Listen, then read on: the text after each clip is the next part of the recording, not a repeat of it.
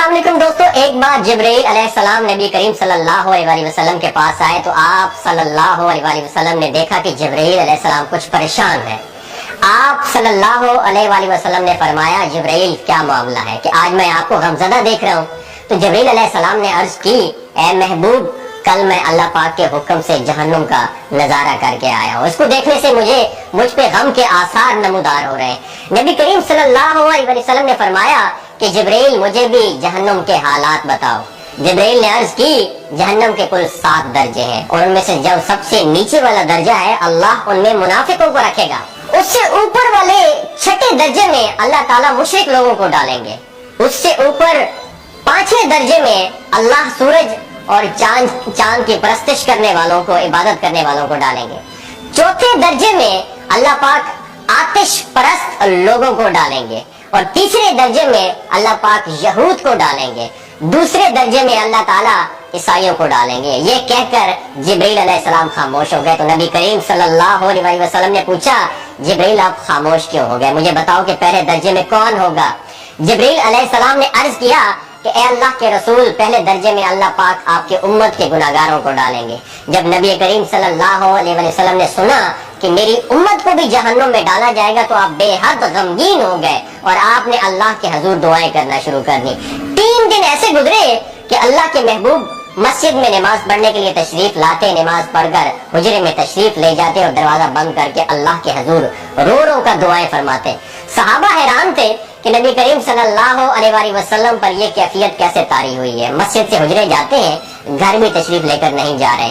जब तीसरा दिन हुआ तो सैयदना अबू बकर सिद्दीक रज़ी अल्लाह ताला अन्हु से रहा नहीं गया। वो दरवाजे पर आए और दस्तक दी और सलाम किया, लेकिन सलाम का जवाब नहीं आया। आप रोते हुए सैयदना उमर रज़ी अल्लाह ताला अन्हु के पास आए और फरमाया कि मैंने सलाम किया लेकिन सलाम का जवाब नहीं पाया, लिहाजा आप जाएं, हो सकता है आपको सलाम का जवाब मिल जाए। आप गए तो आपने 3 मरतबा सलाम किया लेकिन सलाम का जवाब ना आया।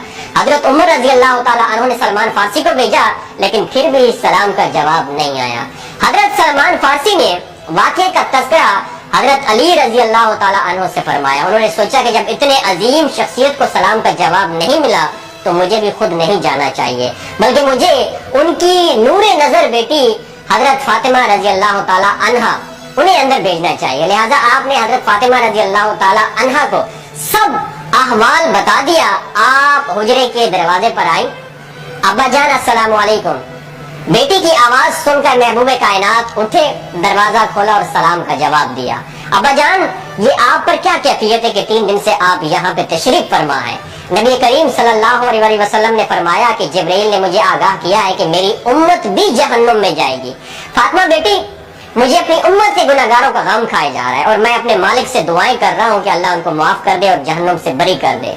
और ये कहकर फिर आप सजदे में चले गए, रोना शुरू कर दिया, या अल्लाह मेरी उम्मत, या अल्लाह मेरी उम्मत के गुनाहगारों पर रहम कर, उनको जहन्नुम से आजाद कर। इतने में हुक्म आ गया, वला सौफा युअतीका रब्बुका फतरदा, ऐ मेरे महबूब गम न कर, मैं तुमको इतना अता करूंगा कि आप राजी हो जाएंगे। आप खुशी से खिल उठे और फरमाया कि लोगों, अल्लाह ने मुझसे वादा कर लिया है कि रोजे कयामत मुझे मेरी उम्मत के मामले में खूब राजी करेगा और मैं उस वक्त तक राजी नहीं होऊंगा जब तक मेरा आखिरी उम्मती भी जन्नत में ना चला जाए। बोलते हुए आंखों से आंसू आना शुरू हो जाते हैं बंदे के, जब ज़माना सोचता है कि हमारा नबी सल्लल्लाहु अलैहि वसल्लम इतना शफीक और गम महसूस करने वाला है और बदले में हमने उनको क्या दिया।